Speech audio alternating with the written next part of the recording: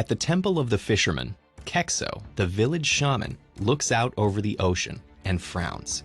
It's a still morning, unusually still, and the lack of wind is the latest in a series of troubling signs. The year is 1400 BCE.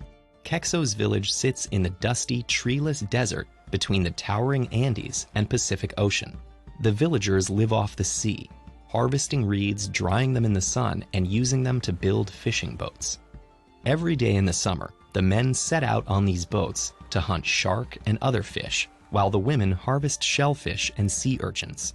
In winter, storms bring powerful waves, which cross the vast ocean unobstructed to detonate on these shores. Most years, Kekso's village catches more than enough fish, but this year, the winds have died and the fish have dwindled. Kekso has seen this pattern before.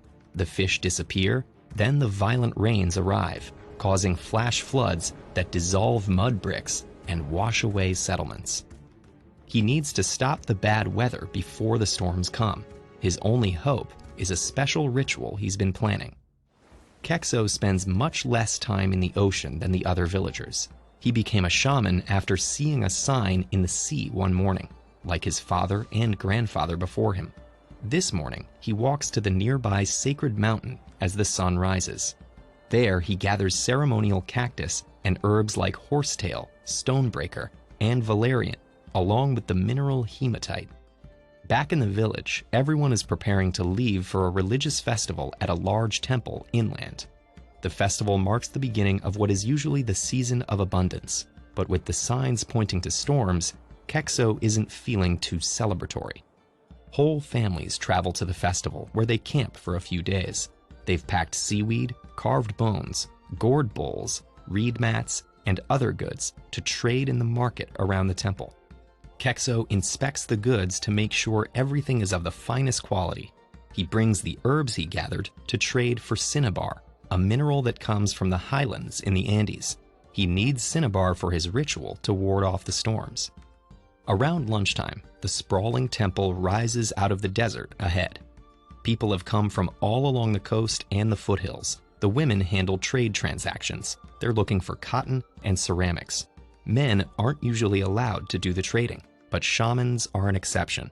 Though Kekso is a man, during rituals, he becomes half man, half woman, and this ambiguity makes his role more flexible outside ceremonies too. Kekso can't find any cinnabar in the market, so he heads to the main temple, dodging children playing in the plaza. He puts on his ceremonial garb, red face paint, earrings, and a necklace of shark's teeth and vertebrae. Inside, the ceremonies are already underway, and the shamans have drunk the sacred cactus drink. Many of them are Kekso's friends from festivals over the years, but he doesn't see the mountain shamans who would have cinnabar. He begins to panic. If the highland shamans don't show up, his only option will be to make the long walk into the mountains. It's a dangerous journey that takes 5 days, precious time he doesn't have to waste. But perhaps he has no choice. He refuses the sacred cactus and sets off toward the mountains. As he leaves the settlement behind, he sees a group approaching. He recognizes them as Highlanders by their llamas. He dashes toward their shaman. Barely pausing to say hello, he offers him hematite, dried seaweed, and empty shells to grind up for lime and chew with coca leaves. In return, the other shaman gives him the precious cinnabar. With the key to his ritual in hand, Kekso heads home to the Temple of the Fisherman in hopes of turning the tide.